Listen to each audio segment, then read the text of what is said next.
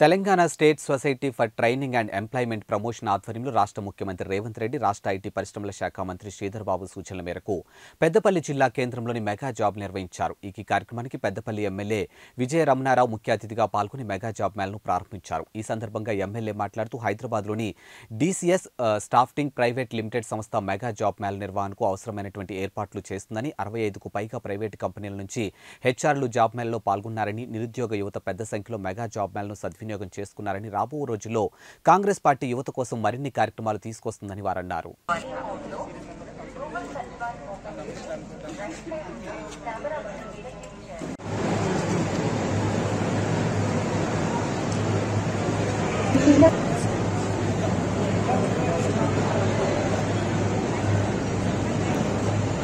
ప్రజాప్రతినిధులు అలాగే డెలిగేట్లు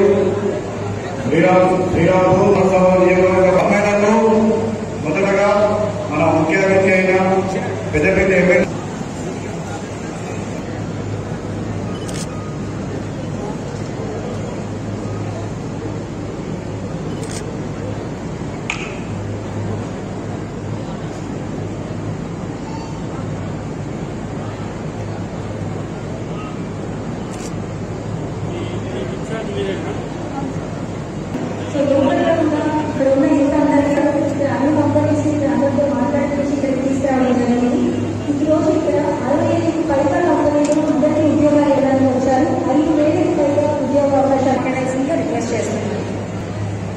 గౌరవ ఎమ్మెల్యే గారు ఎలక్షన్ కన్నా ముందు అలాగే ఎమ్మెల్యే గెలిచిన తర్వాత కూడా చాలా మంది మన పెద్దపల్లి సాధు మొదటగా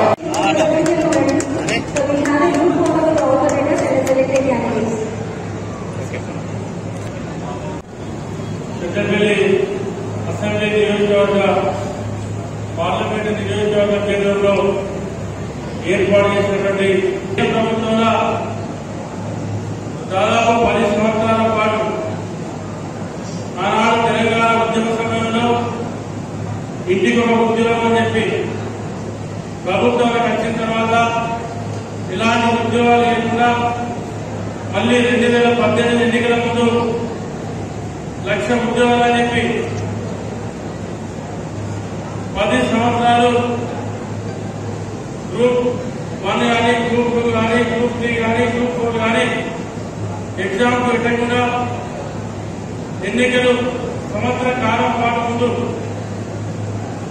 గ్రూప్ ఎగ్జామ్ పెట్టి పేపర్ లీకేజ్ పెట్టి ఇవాళ నిరుద్యోగ యువత బతుకులతోనే మన పేద ప్రభుత్వం ఆటలాడుతుంది.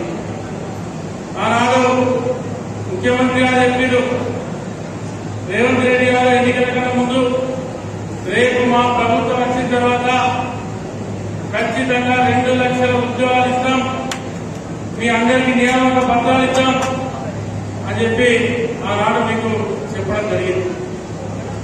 మరి చెప్పిన మాట ప్రకారంగా దాదాపు ప్రభుత్వం వచ్చి 90 రోజులు అయితే ఉంది. ఈ 90 రోజులలో దాదాపు 30,000 ఉద్యోగ నియామకాలు ఇవాళ ఉద్యోగ నియామక పత్రాలు రేవంత్ రెడ్డి గారి సమక్షంలో ఇలా ఉద్యోగస్తులకు నియామక పత్రాలు కూడా జరిగింది. మరి నిజంగా రోజులు గట్టిగా తప్పనుకుంటారు. మళ్ళీ దాదాపు 11,000 కొత్తగా టీచర్స్ నియామకాలకు డిఎస్సీ నోటిఫికేషన్ ఇవ్వడం జరిగింది. ఇవాళ రాబోయే తొందరలోనే ప్రభుత్వం ఇచ్చినటువంటి మాట ప్రకారంగా ఆనాడు కాంగ్రెస్ పార్టీ ఇచ్చిన మాట ప్రకారంగా యువతకు 2 లక్షల ఉద్యోగాలు ఇవ్వాలన్న ఆలోచనతోనే ఇవాళ కాంగ్రెస్ ప్రభుత్వం ముఖ్యమంత్రి రేవంత్ రెడ్డి గారు అదేవిధంగా ఇవాళ ఇక్కడ ప్రతి సంవత్సరం జాబ్ మేళ పెట్టాలని చెప్పి